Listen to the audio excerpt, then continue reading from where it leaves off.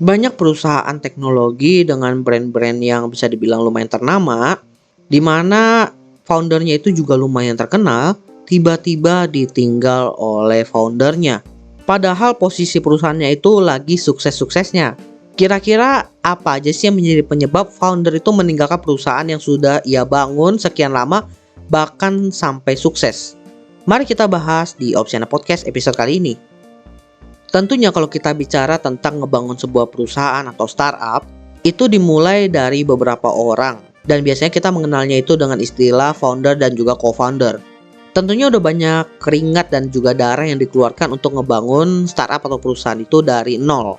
Banyak konflik yang udah dilalui bahkan sampai mereka itu di titik mendapatkan pendanaan dari investor sehingga startup atau perusahaan mereka itu berkembang dengan pesat. Tapi ketika nama perusahaannya itu lagi melambung, tiba-tiba ditinggal oleh foundernya. Entah salah satu atau bahkan ada kasusnya beberapa foundernya itu keluar. Pasti orang-orang yang di luar perusahaan itu bakal mikir, kok mereka keluar dari perusahaannya ketika perusahaannya lagi naik ya? Kan mereka rugi jadinya. Bisa dibilang ada benarnya karena nggak sedikit juga founder yang kehilangan hak atas perusahaan mereka. Tapi ternyata ada juga founder yang setelah keluar dari perusahaannya itu masih memiliki hak atas perusahaannya dalam bentuk saham. Di sini gue udah merangkum menjadi 4 alasan kenapa founder memutuskan meninggalkan perusahaan yang sudah ia bangun ketika perusahaannya itu lagi sukses-suksesnya. Langsung aja kita mulai. Alasan pertama, ini adalah alasan yang paling umum, yaitu arah perusahaan yang sudah tidak sejalan dengan visi dari si founder. Balik lagi, ketika founder-founder itu mendirikan perusahaan atau startup, mereka itu menyatukan visi dan misi mereka ke dalam visi misi perusahaan. Mereka udah ngelalui banyak hal, bahkan konflik-konflik antar founder itu sering terjadi. Bahkan sebelum perusahaan itu bisa dibilang namanya naik. Makanya jangan heran ada juga founder yang keluar bahkan pas perusahaannya itu belum apa-apa. Tapi bukan berarti ketika perusahaan itu namanya udah naik, udah sukses, konflik internal itu nggak mungkin terjadi. Itu masih sering terjadi. Entah dari sesama founder atau dari orang luar yaitu investor. Hal umum yang sering terjadi adalah di mana para founder atau investor itu ingin agar perusahaannya itu bisa menghasilkan revenue bahkan mencapai profit. Dan ternyata cara atau metode yang dilakukan itu tidak sesuai dengan arah perusahaannya. Misal perusahaannya itu tidak ingin ada iklan di dalam aplikasinya, tapi dari investor atau dari salah satu founder itu kekeh pengen ada iklan. Lalu akhirnya ada clash, konflik, dan tidak ketemu jalan tengah. Akhirnya founder yang tidak setuju memutuskan untuk keluar dari perusahaannya. Ini sering banget terjadi, banyak kasusnya, dan kalau kalian mau ikutin pun ya rata-rata begitulah. Dimana tentunya perusahaan itu butuh cara agar mereka itu bisa survive.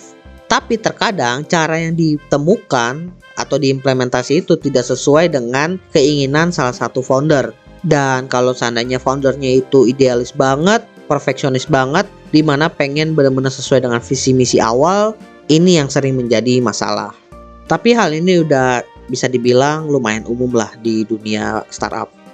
Lanjut ke alasan kedua, yaitu foundernya ingin refreshment. Biasanya antara si foundernya itu mengalami burnout atau masalah kesehatan. Karena balik lagi, ngejalanin perusahaan atau startup itu adalah sebuah proses yang stressful banget. Bahkan stressfulnya itu udah dimulai dari awal ketika lu ngebangun perusahaannya itu dari nol. Dimana dari resource lu itu sangat terbatas. Gimana cara lu mengolah resource lu sehingga lu itu bisa survive dengan resource yang terbatas. Tapi ketika perusahaan lu itu namanya melambung naik, udah dapat investor, lu mendapatkan resource dalam jumlah banyak. Tapi ingat, resource-nya itu bisa dibilang resource dari orang lain. Dimana cara mengelolanya itu bukan cuma agar perusahaan itu bisa survive, tapi lu juga harus bisa mempertanggungjawabkan metode penggunaan resource tersebut. Itu satu. Lalu stressful yang kedua, manage orang. Manage orang di sini bisa antara lu nge-hire orang, kemudian mencat orang, kemudian manage tim, menjalankan sebuah project, gimana cara mengerjakannya. Intinya banyak hal stressful yang dialami ketika menjalankan perusahaan. Jalani usaha UMKM yang kecil aja kadang lumayan stres. Gimana ngejalanin usaha yang skalanya udah gede kayak perusahaan gitu. Makanya di sini founder itu butuh refreshment. Terkadang refreshmentnya di sini itu nggak bisa dengan menggunakan cuti. Sehingga si founder itu akhirnya memutuskan untuk keluar dari perusahaannya aja, benar-benar fokus ke pemulihannya dia. Terlebih kalau seandainya masalahnya itu berhubungan dengan kesehatan. Tapi refreshment lain bukan cuma terkait burnout atau masalah kesehatan juga sih. Ada juga terkait keinginan dari si founder itu untuk menempuh bidang yang baru. Mungkin dia punya resource, punya ketertarikan dengan bidang yang lain dan pengen fokus ke sana. Ya udah, dia pengen fokus ke sana. Jadi bisa dibilang pindah ke bidang baru itu adalah bentuk refreshmentnya dia. Karena balik lagi, kadang-kadang ya kalau kita bicara terkait perusahaan besar itu yang udah ada investornya, investor itu nggak suka sama orang yang fokusnya itu terpecah. Makanya kadang kalau ada founder yang pengen nyoba di bidang yang baru itu, akhirnya banyak yang memutuskan untuk keluar dari perusahaannya daripada muncul konflik kan. Lanjut, alasan ketiga yaitu ingin mempercayakan perusahaannya kepada orang baru. Orang baru ini bisa orang dari perusahaan lain, bisa juga generasi yang baru. Nah, kalau kita bicara dari perusahaan yang lain, biasanya ketika perusahaannya itu mungkin dibeli oleh perusahaan yang lain. Dan ketika dibeli, ternyata foundernya itu memutuskan untuk melepas perusahaannya kepada perusahaan itu. Ya, ini sering terjadilah ketika proses akuisisi atau mungkin merging. Kemudian mempercayakan perusahaannya kepada generasi baru. Generasi baru yang gue maksud di sini adalah kepemimpinan baru tapi masih dalam satu perusahaan. Biasanya bawahannya dia itu naik menggantikan dia. Biasanya karena founder itu menganggap skillnya itu kurang mumpuni. Loh, kurang mumpuni kok bisa bangun perusahaan sampai gede, sampai terkenal, sampai dapat investor. Jadi ini yang gue pelajari ya ketika udah bekerja lumayan lama, dimana contohnya itu nge-manage sebuah bisnis yang skalanya itu startup berbeda dengan memanage perusahaan yang skalanya itu udah besar. Nama skillnya sama-sama memanage perusahaan, tapi skalanya beda.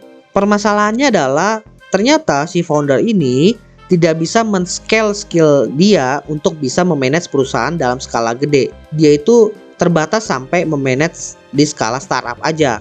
Startup yang belum mendapatkan investment. Lah kalau begitu kan si founder bisa belajar dulu. Betul, bisa belajar. Tapi kita bicara tentang memanage perusahaan yang gede, di mana urgensinya itu lumayan tinggi untuk punya orang yang benar-benar punya pengalaman memanage perusahaan skala besar. Sedangkan untuk belajar hal tersebut itu butuh waktu, butuh percobaan juga. Dan biasanya investor balik lagi nggak pengen mengambil resiko itu, karena kemungkinan gagalnya lebih tinggi.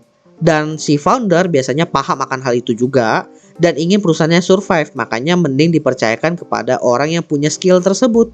Dan biasanya sebagai gantinya si founder itu keluar dari perusahaan. Tapi bukan keluar benar-benar keluar sih. Kadang posisinya itu masih komisaris, benar-benar posisi yang memantau kinerja si orang yang dipilih ini. Jadi bisa dibilang keluar yang nggak benar-benar keluar. Dan alasan terakhir kenapa founder meninggalkan perusahaan yang sudah ia bangun ketika perusahaannya sukses adalah karena si founder dipecat. Ya udah jelas ya alasan kenapa foundernya itu dipecat, biasanya karena si founder terlibat skandal. Atau yang kedua, si founder ini melakukan aktivitas yang merugikan perusahaan dalam jumlah besar. Atau si founder ini melakukan aktivitas yang berhubungan dengan kriminalitas. Dan hal-hal lain yang membuat si founder ini diminta untuk mempertanggungjawabkan apa yang ia lakukan. Dan salah satu langkahnya itu dengan ia dipecat, dikeluarkan dari perusahaannya. Jadi itu beberapa alasan mengapa founder meninggalkan perusahaan yang sudah ia bangun ketika perusahaannya itu lagi sukses-suksesnya. Meskipun founder ini sudah meninggalkan perusahaannya ya, bukan berarti si founder itu nggak bisa kembali lagi ke perusahaannya. Bisa aja. Melihat dari kasusnya Apple yang Steve Jobs-nya itu dipecat dan akhirnya dia balik lagi, menunjukkan bahwa ternyata si founder itu masih punya koneksi dengan perusahaannya meskipun dia sudah keluar. Jadi begitulah teman-teman pembahasan Opsiana Podcast kali ini. Semoga bermanfaat buat teman-teman semuanya. By the way, jangan lupa follow Instagram Opsiana Podcast di @opsianamedia, karena di situ akan ada informasi-informasi menarik seperti update dari Opsiana Podcast dan konten-konten menarik lainnya yang pastinya nggak boleh terlewatkan oleh teman-teman. Oke, gua rasa itu aja. Thank you buat teman-teman yang sudah mendengarkan. See you next time di Opsiana Podcast episode lainnya. Bye semuanya.